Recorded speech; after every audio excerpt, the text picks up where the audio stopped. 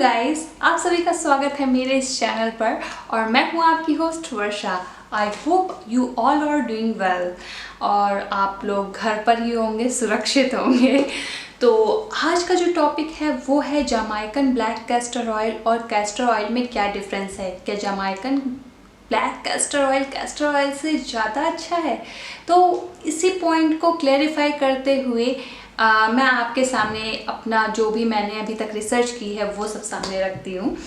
तो मेन जो इन दोनों में डिफरेंस होता है वो होता है ऑयल एक्सट्रैक्शन प्रोसेस। अगर मैं कोल्ड प्रेस्ड कैस्टर ऑयल की बात करूँ तो कैस्टर सीड जो होता है उसे कोल्ड प्रेस्ड किया जाता है और उससे जो ऑयल निकलता है वो हमारा बन जाता है कोल्ड प्रेस्ड कैस्टर ऑयल। अब जमाइकन ब्लैक कैस्टर ऑयल में क्या होता है कि पहले हम लोग कैस्टर सीड को रोस्ट करते हैं। रोस्ट करने के बाद उसे ग्राइंड किया जाता है थिक पेस्ट में। जब वो थिक पेस्ट निकल आता है तो एक पॉट में बॉइलिंग वाटर होता है और उसमें वो पेस्ट डाल दिया जाता है बॉईल होने के लिए। जब वो बॉईल हो जाता है तो तेल जो है वाटर के सरफेस पे आ जाता है। बिकॉज हमने साइंस तो पढ़ी ही है जिसमें होता है कि वाटर और ऑयल की डेंसिटी डिफरेंट होती है। तो जब वो सरफेस पे तेल आ जाता है उसे निकाल कर बॉटल में भर लिया जाता है और इस तरीके से बनता है हमारा जमाइकन black castor oil.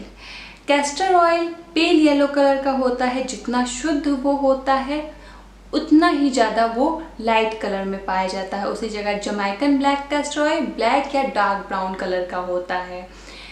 Castor oil जो है हमारा उसमें एक भीनी भीनी सी हल्की सी ही महक होती है। उसी जगह जमाइकन ब्लैक कैस्टर ऑयल में रोस्टेड काइंड ऑफ स्मेल होती है। मतलब कि काफ़ी लोग उसे नहीं सह पाते हैं बट मेरे जैसे लोग सह लेते हैं। तो ये था basic difference. But castor seed में पाया जाता है 90% फैटी एसिड। क्या ये दोनों ऑयल एक्सट्रैक्शन प्रोसेस के अलग अलग होते हुए भी क्या ये फैटी एसिड डिफरेंट होते हैं दोनों ऑयल में? जवाब है ना। 90% दोनों ही ऑयल में पाया जाता है और जो मेन इंग्रेडिएंट होता है वो राइसिनोलिक एसिड, वो भी दोनों ही तेलों में पाया जाता है। साथ में ओमेगा 9 भी दोनों ही तेलों में पाया जाता है। अब राइसिनोलिक एसिड है क्या? राइसिनोलिक एसिड बेसिकली जो है हमारी स्कैल्प में ब्लड सर्कुलेशन को बढ़ाता है। दैट मीन्स ये हेयर फॉल को रिड्यूस करने में हेल्प करता है और साथ में ही ये जो है हेयर ग्रोथ पे भी अच्छा काम करता है। तो भाई अब डिफरेंस क्या है इन दोनों में? तो डिफरेंस बस ये है, जो जमाइकन ब्लैक कैस्टर ऑयल में जो उसकी ऐश होती है दैट मीन्स राख, वो एक मेजर डिफरेंट क्रिएट करती है इन दोनों में।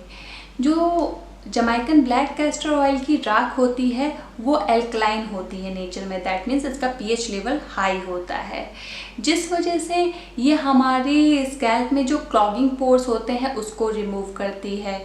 और जो डर्ट मतलब कि होता नहीं है कि आप स्कैल्प में भी बहुत सारे डैंड्रफ काइंड ऑफ थिंग होती है, तो उसको भी ये रिमूव करता है। जिस वजह से क्या होता है, ऑयल ऑब्जॉर्प्शन हमारे स्कैल्प में बहुत अच्छी तरीके से होता है। ये रहा एडवांटेज। अब डिसएडवांटेज सुनिए। क्योंकि ये अल्कलाइन होती है इस वजह से ये हमारे बालों को फ्रिजी बनाता है। उसी जगह जो कैस्टर ऑयल होता है वो एसिडिक होता है नेचर में। दैट मीन्स इसका पीएच लेवल जो है वो लो होता है, जिस वजह से ये हमारे हेयर को फ्रिज फ्री और साथ ही साथ ब्रेकेज पे भी काम करता है। तो इस तरीके से अगर आप कैस्टर ऑयल से अपने बालों को नरिश करते हैं तो आपके बाल ज़्यादा अच्छे दिखेंगे। उसके बाद जो मॉइस्चर कंटेंट है वो भी हमारे कैस्टर ऑयल में ज़्यादा पाया जाता है as compare to Jamaican black castor oil. लेकिन जमाइकन ब्लैक कैस्टर ऑयल से ज़्यादा गर्म होता है। तो इसकी वजह से ये जो है हमारी जो ड्राई स्किन है उस पर बहुत अच्छे से काम करता है और अर्थराइटिस और जॉइंट पेन में भी बहुत अच्छे से काम करता है। लेकिन काम दोनों ही करते हैं, बस जमाइकन ब्लैक कैस्टर ऑयल थोड़ा ज़्यादा अच्छे तरीके से करता है। अब दोनों में थिक कौन है? तो जमाइकन ब्लैक कैस्टर ऑयल के कंपेयर में कैस्टर ऑयल ज़्यादा थिक होता है। इसीलिए कहा जाता है कि कैस्टर ऑयल को सिर्फ स्कैल्प में ही यूज़ करना चाहिए और हमेशा डबल बॉइलिंग प्रोसेस से ही गर्म करके यूज़ करना चाहिए ताकि वो आपकी स्कैल्प में आसानी से जा सके। तो ये था डिफरेंस इन दोनों ऑयल में। अब आप ही सोचिए कि कौन सा ऑयल बेटर है। मेरे हिसाब से अगर आपको, क्योंकि इंडिया में जमाइकन ब्लैक कैस्टर ऑयल इतनी इजीली अवेलेबल नहीं होता है, तो कैस्टर ऑयल भी बुरा नहीं है। और मुझे तो लगता है कि जिनको ड्राइनेस, जिनके बालों में फ्रिज हैं और ड्राई रहते हैं, उनके लिए तो कैस्टर ऑयल ही बढ़िया है as compare to Jamaican castor oil. अब जब भी आप इस ऑयल को यूज़ करने के बाद हेयर वॉश करें तो हेयर वॉश हमेशा ल्यूकवार्म वाटर से ही करें। इस तरीके से ये ईज़िली आपके बालों को से छूट जाता है। अदरवाइज़ आप तो जानते ही होंगे, अगर आपने कैस्टर ऑयल यूज़ किया होगा तो बहुत मुश्किल से बालों से जाता है, ख़ासतौर से जिनकी ऑयली स्कैल्प होती है। तो वैसे भी हेयर ड्रेसर्स भी कहते हैं कि हमें हमेशा ल्यूकवार्म वाटर से ही अपने हेयर को वॉश करना चाहिए।